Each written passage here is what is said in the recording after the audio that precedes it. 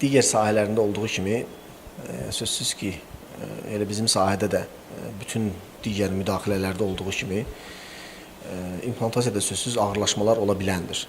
Yəni qaçılmazdır. Yəni tibdə ağırlaşma qaçılmaz bir haldır. Sadəcə implantasiyada müsbət xüsusiyyət deyərdim ondan ibarətdir ki, bu ağırlaşma çox böyük fəsadlara gətirib çıxarmır. Sözsüz ağırlaşmanı hansı həddə gətirib çıxarmağın da çox böyük rolu var orada. Məsələn, hər hansı bir dişimiz ağrıyanda, mən cərrahiyyədə uzun müddət işləmişəm, orada bizim xəstələr olurdu. Diş ağrısından, diş problemindən, üz şişkinliyi, yəni üz elə bir həddə şişirdi ki, biz 15 gün xəstəxanada yatızdırmalı olurduq pasiyentləri. Sözsüz bu pasiyentin səhlənkarlığından irəli gələn bir haldır. Bu diş problemindən olurdu. Yəni bugünə kimi inandırım sizi, implantda elə bir hal olmayıb ki, yəni deyim, elə bir fəsadlara gətirib çıxarsın ki, insan xəstəxana şəraitində olsun.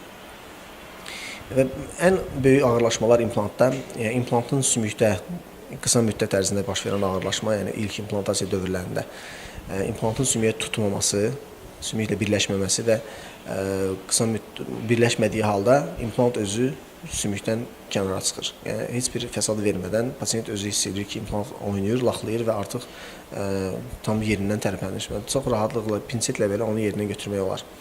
Bu ağırlaşma faizi isə hal-hazırda son illərdə 1000-də 1 düşüb demək olar ki. Çox azdır bu faiz.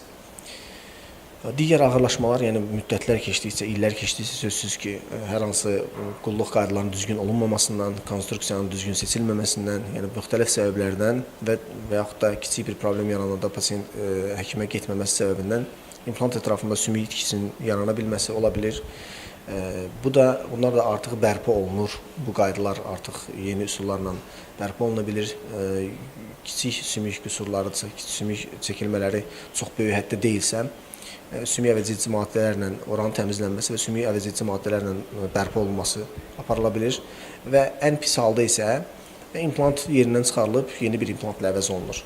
Bu da uzun illər sonra sözsüz ki, ola bilir.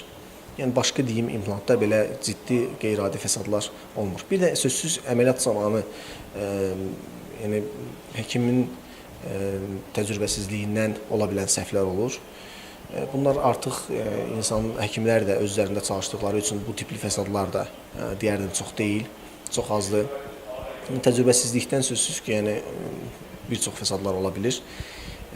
Yəni bu sözsüz mütəxəssis həkimlərə müraciət olunduqda, düzgün planlandıqda, hər şey düzgün həyata keçirildikdə belə bir ağırlaşmalar rastlanılmır. Yəni ağırlaşma faizi hər ildən ilə keçdikcə həddindən çox azalır. Məsələn 20 il, 30 il bundan əvvəl tibdə görülən ağırlaşmalar, ümumi mən danışıram ağırlaşmalarla, hal-hazırda bu illərdə onlarla dəfə azalıb.